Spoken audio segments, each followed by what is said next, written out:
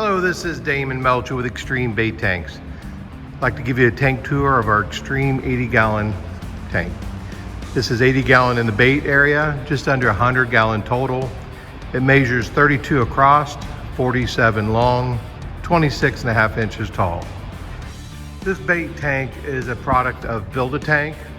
If you go to our website at extremebaittanks.com, click on Build-A-Tank, you can choose any bait tank signature series, and upon checkout you can add your features. Now this one is built for long-term bait storage, so we've got drains on both sides. That way you can plumb water in, water out from either side. Dual skimmer, 4 filter socks, and here's your 110 outlet. The 3 magnetic drive 110 pumps are hooked up to Venturis. As you can see here are the air lines. As we go inside the tank, down below are the 2 standpipes. Those are the round screen caps that each go into a double filter.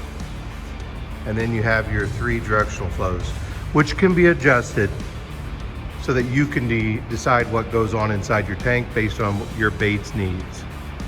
Again, if you have any questions about products, prices, or sizes, visit extremebaittanks.com.